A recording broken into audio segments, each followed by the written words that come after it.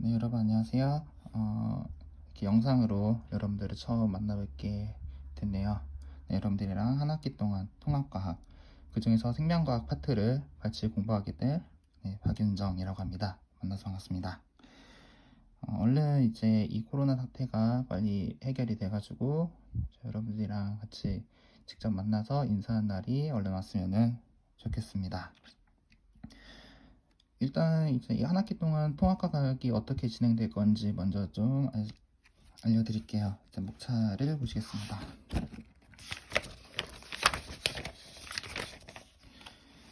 목차가 이렇게 있는데 이렇게 목차가 있는 거를 볼 수가 있습니다. 1학기 동안 통합과학은 여러분들 한 5시간이 배정이 되어 있습니다. 그래서 1시간당 이제 과학생이 한 분씩 총 5명의 과학생들이 들어와서 각각 다른 파트를 맡아서 여러분들이랑 같이 공부를 할 겁니다. 저랑 같이 할 파트는 어떤 파트냐면은 바로 이쪽입니다. 여기 큰 2단원 시스템과 상호작용의 3단원 생명 시스템이라는 요 파트를 여러분들이랑 저랑 같이 공부를 할 거고요. 이 파트가 끝나는 대로 어디를 공부할 거냐면은 이제 큰 4단원의 환경과 에너지, 이 단원에 이제 이렇게 생태계와 환경에서 이 파트와 이제 이 파트를 같이 여러분들이랑 공부를 할 겁니다. 이제 그 중에서 첫 번째 시작은 바로 생명 시스템의 여기서부터 시작을 할 거고요. 바로 생명체의 정의란 무엇인가, 그리고 생명체의 가장 기본 바탕인 세포가 어떻게 이루어져 있는지 여기부터 여러분들이랑 같이 공부를 할 거예요. 자, 그럼 지금부터 이제 생명체의 정의와 그 세포가 어떻게 구성되어 있는지 요것들을 보겠습니다. 자, 교과서 페이지 137페이지로 오시면은 이제 세포와 생명 시스템이라고 되어 있습니다.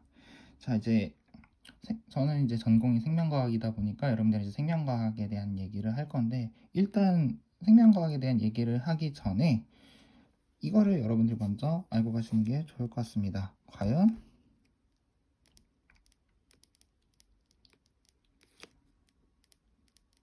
생명체의 정의, 생명체란 무엇인가, 이거부터 여러분들이 먼저 알고 가시는 게 좋을 것 같습니다. 자, 생명체의 정의는 간단해요. 네, 간단해요.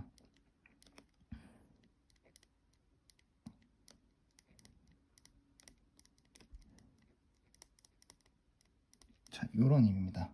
생명체는 무엇이냐? 세포로 이루어진 유기체다 라고 보시면 되는데, 말 그대로 말을 좀 쉽게 하면 세포로 이루어진 애들이 다 생명체다 라고 보시면 됩니다. 세포로 이루어지지 않은 애들은 생명체가 아니고, 세포로 이루어져 있는 애들이 바로 생명체다 라고 이야기할 수 있는데, 자, 그러면은 도대체 이 세포라고 하는 거는 무엇인가? 요것도 한번 여러분들이 알고 가시면 좋습니다. 생명체는 세포로 이루어진 유기체, 세포로 이루어진 애들이다. 그럼 도대체 세포는 무엇이냐? 우리가 세포라고 이야기할 수 있는 것들은 과연 어떤 것들인가? 이 세포가 이루어질 수 있는 조건 3가지가 있는데, 바로 뭐냐면은 첫 번째가 유전 물질입니다. 두 번째는 단백질입니다. 여기서는 좀 더 구체적으로 얘기하면 효소를 이야기를 하는 거고요. 세 번째는 막구조를 얘기합니다. 즉, 막구조로 이루어져 있으면서 단백질 효소가 존재하고, 단백질 효소라기보다는 그냥 효소가 존재한다고 할게요. 그리고 유전 물질은 이제 대부분 아시죠? DNA라고 하는 거. 이런 것들이 갖춰져 있는 애들을 우리는 무엇이라 하자? 세포라고 하자. 이렇게 이야기를 하고 있습니다.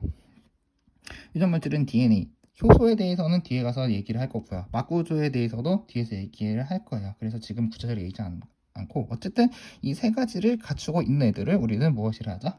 세포라고 이야기를 하고, 이 세포로 이루어진 애들이 바로 무엇이다? 생명체다 라고 이렇게 이야기를 할 수가 있는 겁니다. 아시겠죠? 자, 그래서 교과서 이제 쭉 아래로 내려가 보시면 이런 얘기가 나와요.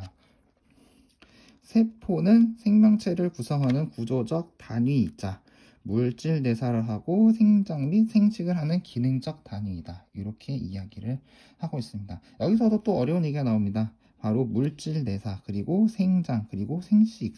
생장, 생식은 여러분들이 알겠지만 좀 더 구체적으로 얘기하면은 여기를 참고하시면 되겠습니다. 이렇게. 물질 대사는 생체 내에서, 즉 생명체 내에서 일어나는 모든 화학 반응을 물질 대사라 하자. 생장은 이제 크기가 커지는 거, 생식은 자손을 낳는 거, 뭐 이런 것들이 생명체의 특징이고, 생명체라면 이런 것들을 할 수 있다라는 이야기가 처음부터 나오고 있습니다. 이제 원래 생명체의 특징에 대해서 대략 한 6가지 정도로 좀 범주를 크게 잡아서 얘기를 하는데, 그거는 여러분들이 나중에 생명과학 1에 가셔서 좀 더 구체적으로 알아볼 거고요. 지금은 이 정도로만 간단하게 알아보고 가겠습니다. 일단 여러분들이 꼭 기억하고 가셔야 될 거는 바로 이것들. 생명체의 정의란 무엇인가, 그리고 세포는 어떤 조건들이 갖춰졌을 때 우리는 세포라고 부를 수 있다 라고 하는 것들을 여러분들이 일단 처음으로 알고 가시면 되겠습니다.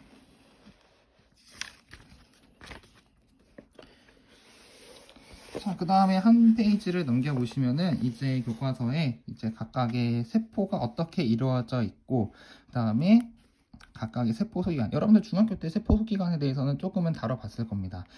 많은 걸 다뤄보지 않고 이 중에서 몇 가지만 다뤄봤을 텐데, 어쨌든 이런 모양들은 여러분들이 많이 보셨을 거예요. 그렇죠? 첫 번째로 우리가 공부해야 될 거는 생명체 정의와 함께 이 세포가 어떻게 이루어져 있고, 세포 내부에 세포 소기관들이 어떤 것들이 있는가를 알아보는 겁니다. 지금 교과서가 이렇게 굉장히 낙서가 많이 되어 있는데, 어쨌든 여기에서 지금부터는 이 하나하나를 이제 구체적으로 한번 알아보도록 합시다. 제 교과서가 좀 이렇게 많이 낙서가 많이 되었기 때문에 이제 제가 다른 프린트 자료를 갖고 왔습니다. 여러분들 이제 학교 홈페이지 학습자료방 통합과학 패널에 들어가시면은 이제 제가 이 자료를 업로드를 해둘게요. 자, 요거를 보면서 같이 하나하나 보겠습니다.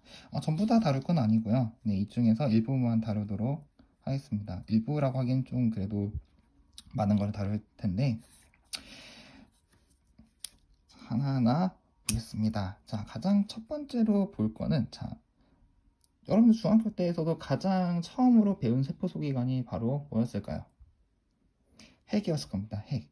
자, 이 중에서 핵은 바로 여기에 해당합니다. 제가 색깔로 이렇게 표시를 할게요. 자, 요거 지금 빨간색으로 칠해지는 요 영역이 바로 핵입니다. 핵.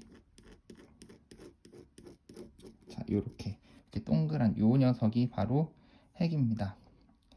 영어로는 뉴클레우스라고 되어 있고요. 요게 바로 핵이라는 이제 단어고요.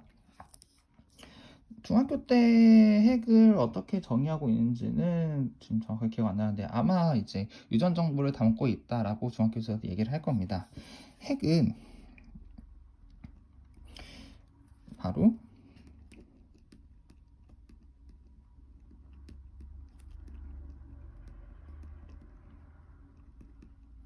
유전 정보를 담고 있다라고 이야기를 할 수가 있습니다. 즉 핵 안에 여기를 채우고 있는 애들이 바로 유전 물질입니다. 바로 이 유전 정보를 누가 담고 있다. 이제 이 정도는 여러분들이 다들 아실 겁니다. 바로 DNA, 즉 DNA가 이 핵 내부에 가득 채워져 있습니다. 그런데 DNA만 채워져 있느냐? 그건 아니에요.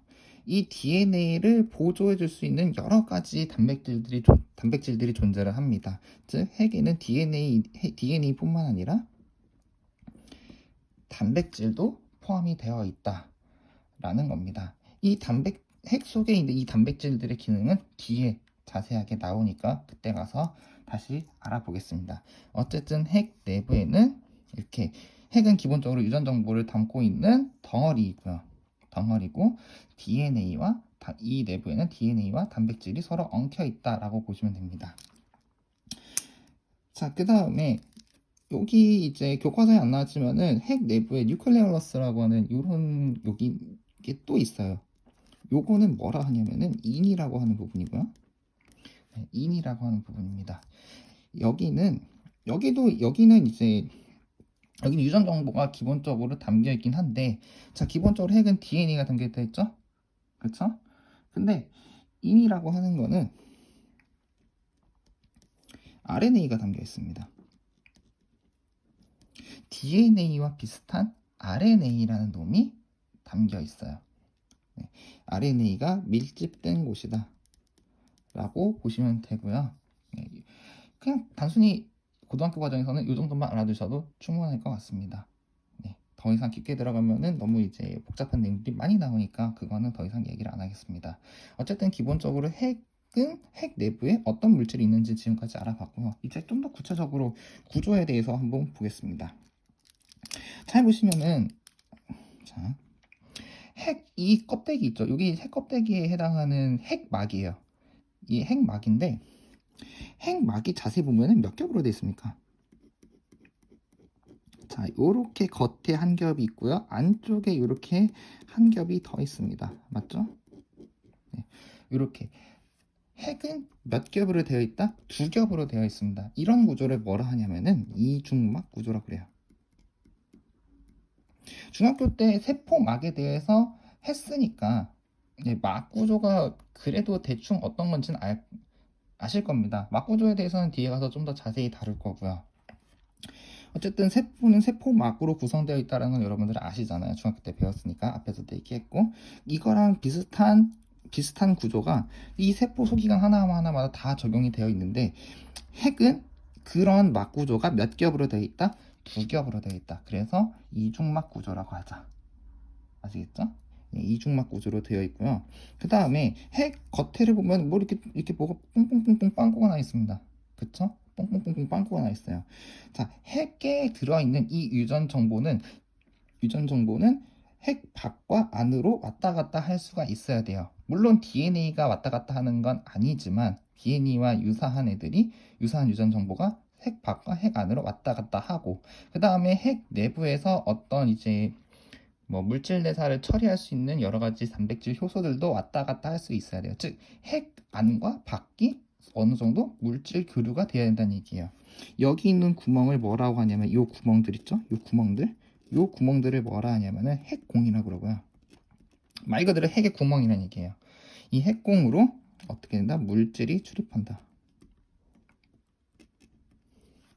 자, 이렇게 보시면은 되겠습니다. 이렇게 보시면은 되겠습니다. 자, 그 다음에 핵에 대해서 좀 추가로 추가로 알아주면 좋은 게 뭐냐면은, 핵 속에서 DNA가 유전 정보를 담고 있다라고 했는데, 네. 그럼 도대체 이 유전 정보를 담고 있다라는 게 과연 구체적으로 어떤 내용이냐라고 한다면은, 이 DNA를 가지고 우리는 무엇을 만들 수 있냐면은 단백질을 생산할 수가 있습니다. 이 DNA에 들어있는 정보를 가지고 우리는 단백질을 만들 수가 있어요. 그쵸? 자, 근데 지금 이 얘기를 하면 영상 길이가 너무 길어지고 어차피 뒤에서 하게 됩니다. 그래서 이거는 나중에 얘기를 할 거예요. 일단 핵에서는 이 정도까지, 지금은 이 정도까지 알아두면은 핵에 대해서 알 수 있는 거는 거의 대부분 알게 되었다라고 보셔도 무방할 것 같습니다. 자, 좀 더 교과서에도 내용이 잘 나와 있으니까 교과서 내용을 참고해서 요거를 알아가시면 되겠습니다. 그 다음으로 보실 거는 바로 뭐냐면은 여기 있는 요 조그만한 알갱이들 같이 생긴 것들 있죠. 요 알갱이들 같이 생긴 거. 그쵸? 요거를 볼 겁니다. 이름을 뭐라 하냐면은 리보솜이라고 되어 있습니다. 리보솜. 이 리보솜은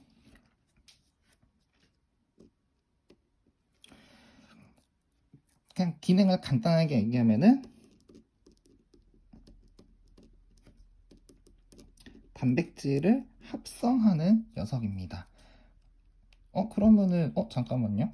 아까 전에 핵에서 이 DNA를 가지고서 단백질을 만든다고 했잖아요. 근데 여기 와서 또 얘는 단백질을 만든다라고 하면 이게 무슨 얘기예요? 라고 할 수 있는데, 자, 여기 있는 DNA는 DNA 그 자체로 단백질을 만들 수 없어요. DNA는 뭐라고? 정보라고. 즉 DNA는 단백질을 만들기 위한 정보, 즉 레시피를 담고 있다라고 보시면 돼요. DNA는 뭐다? 단백질을 만들기 위한 레시피. 여기 적어드릴게요.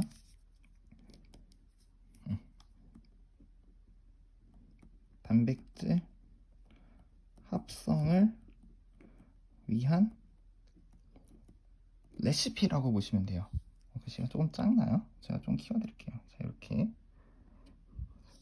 단백질 합성을 위한 레시피라고 보시면 되겠습니다. 즉, 이 자체가 단백질을 만드는 게 아니라 얘는 말 그대로 뭐라고? 레시피 정보라고. 그러면은 리보솜은 단백질을 합성하는데 바로 뭘 받냐? 뭐를 통해서? DNA 유전 정보를 토대로 단백질을 만든다 라고 보시면 되겠습니다.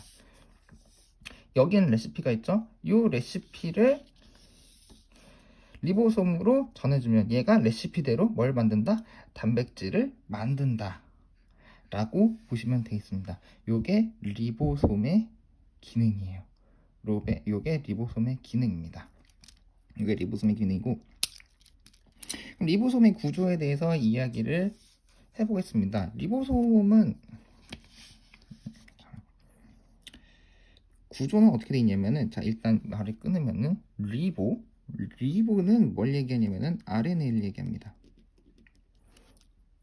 아까 RNA 어디서 얘기했죠? 여기서 얘기했죠. 인에 주로 모여있는 게 바로 뭐다? RNA다라고 했습니다. RNA는 뭐라 생각된다? DNA의 친구다. DNA와 유사한 물질이다 라고 보시면 돼요. 요거에 대한 구체적인 얘기는 이제 이재범 선생님이랑 따로도 얘기를 할 수도 있고 저랑도 같이 얘기를 할 거예요. 뒤에 가서. 어쨌든 얘는 RNA로 이루어진 솜이라고 하는 거는 덩어리라는 겁니다. 얘는 덩어리. 즉 리보솜은 RNA 덩어리라고 보시면 돼요. RNA 덩어리인데 좀 더 구체적으로 얘기하면은 RNA와 단백질이 서로 짬뽕된 형태로 있다라고 보시면 되겠습니다. 리보솜보다 RNA와 단백질이 서로 혼합된 그런 형태를 우리는 리보솜이라고 부르고요. 여기는 그냥 조그마한 알갱이로 나와 있지만은 요거를 조금 확대해 보시면은 이런 식으로 되어 있어요. 이렇게 큰 덩어리가 있고 아래 조그만 덩어리가 이렇게 얹혀 있는 이런 형태로 되어 있습니다. 큰 덩어리와 작은 덩어리로 요게 두 개가 딱 합쳐져 있는 이런 형태로 되어 있고요. 리보솜의 기능은 무엇이다? 단백질을 합성한다. 무엇을 토대로? DNA 유전 정보를 토대로. 즉 여기 있는 DNA가 이 DNA 정보를 그냥 함부로 빼올 수는 없어요. 원본은 지켜야 되니까. 여기서 DNA 유전 정보가 복사가 돼서 어디로 전해준다? 이쪽으로 전해준다. 그럼 얘가 그 레시피를 토대로 단백질을 만든다 라고 보시면 되겠습니다. 요게 리보솜이었습니다. 자, 그 다음에 어디를 볼 거냐면은 여기를 볼 거예요. 핵 주변에 뭐 이렇게 이렇게 많이 접혀진 것 같은 좀 복잡한 구조들이 이렇게 있죠. 이렇게 구조들이 복잡하게 돼 있는 거 있죠. 자, 요거를 볼 겁니다. 요것의 이름은 무엇이라 하냐면 소포체라 부릅니다. 소포체라 부릅니다. 자, 이 부분, 이 전체를 우리는 뭐라 하자? 소포체라고 하자. 자, 그런데 잘 보면은 이제 요게 화살표가 나눠서 들어가요. 자, 이렇게 보시면 여기는 이쪽은 이런 이름을 쓰고 이쪽은 이런 이름을 써요. 그쵸? 자, 두 가지가 당연히 구분이 돼야 됩니다.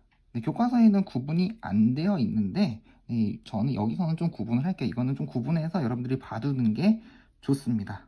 네, 좋아요. 교과서에서도 그림적으로는 구분이 되어 있지만은 사실상 뭐 설명적으로 구분은 안 돼 있어요. 자, 교과서를 보시면 이런 식으로.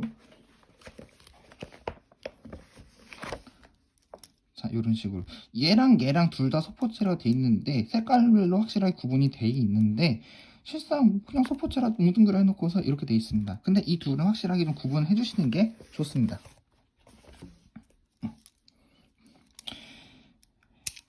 자, 먼저 얘부터 볼게요. 이쪽에. 자, 이쪽을 보시면은 자, 이쪽 소포체를 보시면 겉에 뭐가 이렇게 드드드드드 붙어 있어.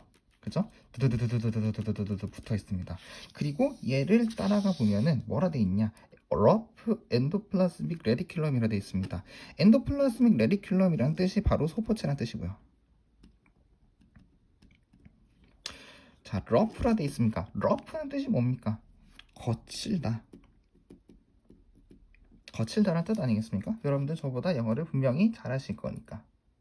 자, 그러면 러프 엔도플라스믹 레티큘럼이라고 한다면 얘는 거칠면 소포체가 되겠습니다. 거칠면 소포체가 되겠고, 왜 거치냐?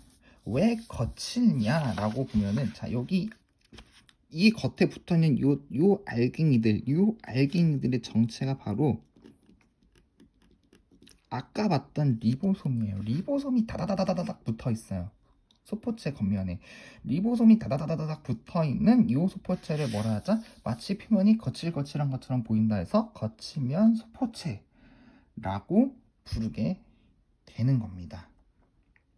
자, 그럼 이 거치면 소포체는 무슨 일을 하느냐라고 하냐면 얘는, 자, 아까 리보솜의 기능이 뭐라 했죠? 단백질을 만든다라고 했죠. 그래서 거치면 소포체의 주 기능을 뭐라고 하냐면은 단백질 합성이다 라고 이야기를 많이 합니다. 근데 이제 뭐 그럼 실질적으로 하는 건 리보솜에서 단백질을 만드는데 얘도 단백질 합성이라 이름 붙이면 조금 아니지 않을까요? 라고 하는 의견들도 분명히 있을 겁니다. 근데 물론 뭐 그렇게 생각할 수도 있죠. 그렇지만 일단 여러 가지 전공 서적에서 거치면 스포츠 기능은 이렇게 단백질 합성에 주관한다라고 설명하는 전공책들도 많고요. 실제로 여기 붙어 있는 리보솜이랑 밖에 떨어지는 이 리보솜들이랑은 만드는 게 조금씩 다릅니다.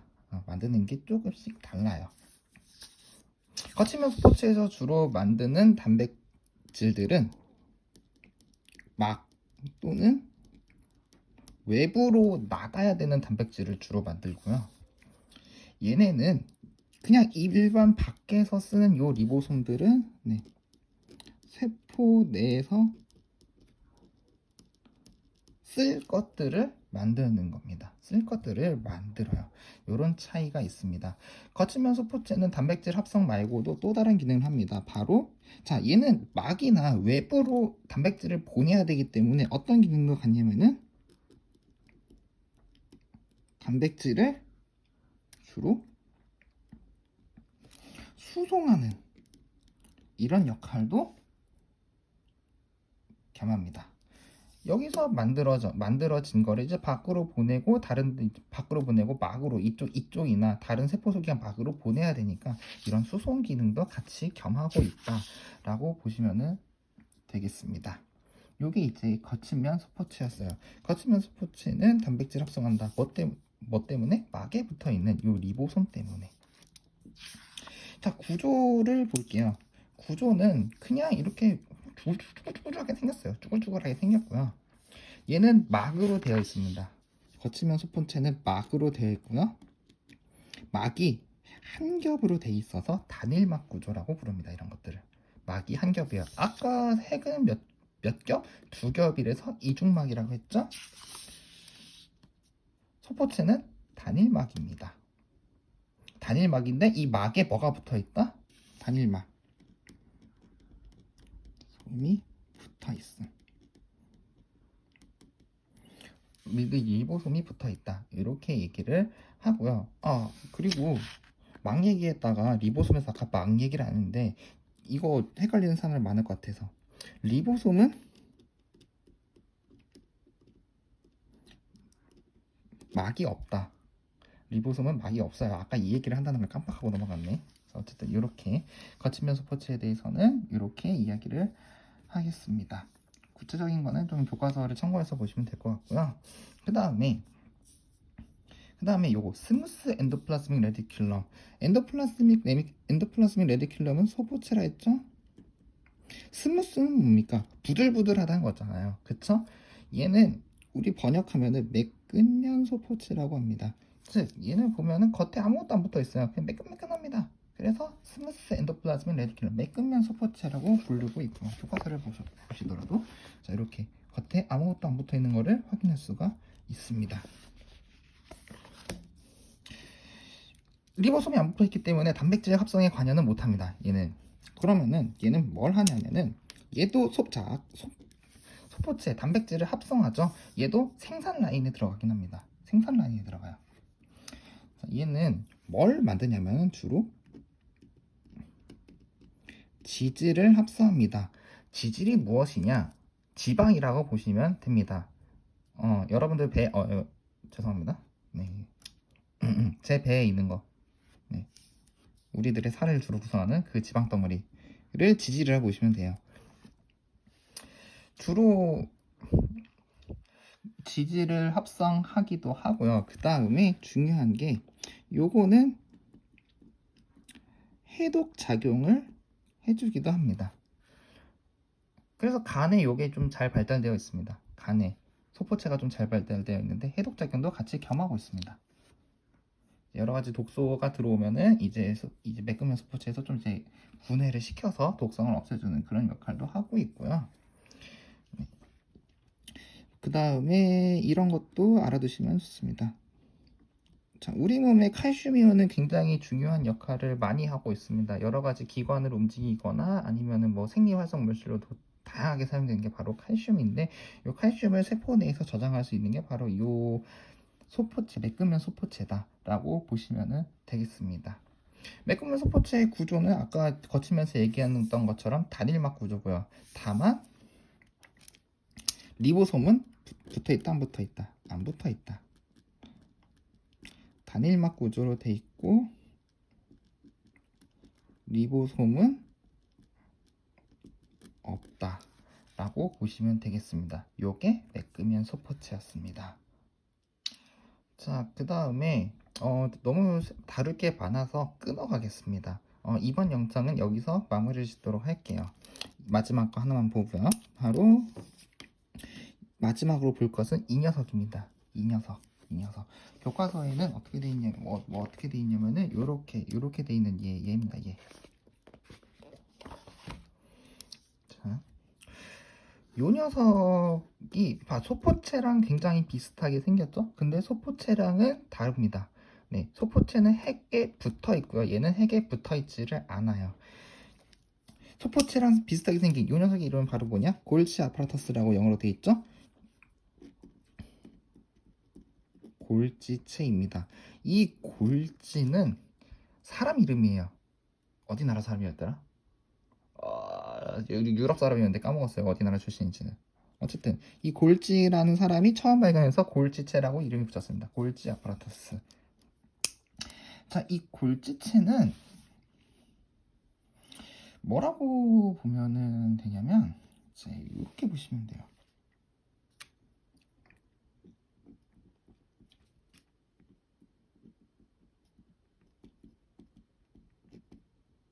세포 내 우체국이라고 보시면 됩니다. 우체국에서 하는 일이 뭡니까? 받아서 편지나 어떤 소포를 받아서 각 가정, 회사, 기업으로 뿌려주잖아요. 그 해당되는 내가 보내고자 하는 곳에 정확히 보내주는 일을 하는 곳이 우체국이잖아요. 그쵸? 골지체는 바로 제1 목적은 바로 이거라고 보시면 된다. 세포 내 우체국이라고 보시면 돼요. 즉 어디에 특화가 되어 있냐? 물질 수송에 특화가 되어 있습니다. 물질을 수송하는데 얘가 직접 이렇게 여기 가서 여기 주고 하는 건 아니고, 여기서 덩어리를 떼내서 어떤 거는 일로 가게 해줘, 어떤 거는 밖으로 내보내고, 어떤 거는 세포막으로 가고, 얘는 너는 절로 가, 이런 식으로 이제 물질을 각국으로 이제 수송시켜 주는 게 바로 뭐냐면은 골지체라고 보시면은 되겠습니다. 이런 수송에 좀 특화된 거라고 보시면은 되겠고요. 그다음에 요 세포 내 우체국 기능 말고도 한 가지가 더 플러스가 되면은 바로 뭐냐면은 단백질 및 지질을 변형시킨다라는 기능도 있습니다. 자, 무슨 소리냐면은, 자, 단백질은 핵에서 나오는 유전 정보를 통해서 리보솜에서 단백질을 만들죠. 리보솜과 여기는 소포체에서 단백질을 만듭니다. 여기 거치미연 소포체에서 단백질을 만들죠. 그러면은 여기서 생산된 단백질이 어디로 가냐면은 바로 일로 갑니다. 골지체로 넘어가요. 그럼 골지체에서 변형을 시켜줍니다. 단백질을 어떻게 합니까? 변형을 시켜요. 막 어거지로 변형시키는 게 아니라 그냥 살짝 몇 가지 물질을 첨가시켜, 한두 가지 분자들을 첨가시켜주는 거죠. 그 정도입니다. 심각하게 변형되는 게 아니라 그냥 살짝만 포인트를 준다라고 보시면 돼요. 그런 식으로 포인트를 줘서 이제 만들어진 단백질이 적합한 장소에 갈 수 있도록 수송을 시켜주고요. 이해가 되시죠? 그렇죠? 그 다음에 지질 어디서 만든다고? 여기서 만든다고. 여기서 만들어진 지질도 이제 여기로 수송이 됩니다. 여기로 수송이 된 다음에 여기로 수송이 되어진 지질도 살짝 뭐 분자 몇 개가 첨가가 된다고 해서 살짝 변형이 돼가지고 뭐 알맞은 곳으로 갑니다. 바깥으로 나간다든지 여기 세포막으로 간다든지 이런 식으로 변형을 시킨 다음에 어떻게 주자? 수송을 시켜주자. 요게 골지체의 기능이라고 보시면은 되겠습니다. 골지체 같은 경우도 막 구조가 어떻게 되냐면 단일막 구조예요. 네, 단일막 구조고 이렇게 길쭉길쭉 넙대대하게 생긴 이런 녀석이 여러 겹으로 갖춰져 있다라고 보시면 되겠습니다. 이게 골지체다. 자, 이렇게 해가지고 세포소기관들 중에서 한 핵과 리보솜, 소포체와 골지체 이렇게 한번 알아봤는데 이 녀석들은 이제 주로 물질 합성과 수송과 연관된 애들이었어요. 그쵸? 자, 다시 정리를 하자면은 핵에서 유전 정보를 토대로 리보솜과 소포체에서 단백질을 만들고 만들어진 단백질이 골지체를 거쳐가서 살짝 변형된 다음에 필요한 곳에 뿌려진다라는 거였고요. 그 다음에 이제 매끈면 소포체에서 지질이 만들어지면 얘도 일로 가서 여러 곳으로 골지체에서 살짝 변형돼서 여러 가지로 수송된다. 이런 식의 내용을 다뤄봤습니다. 자, 요게 이제 교과서 138페이지에 있는 내용이었습니다. 네, 지금 영상의 길이가 너무 길어서 네, 이번 영상은 여기까지 끊고요. 다음 시간에 이제 나머지 세포소기관들에 대해서 한번 다뤄보도록 하겠습니다. 긴 영상 봐주셔서 여러분들 정말 수고 많으셨습니다. 감사합니다.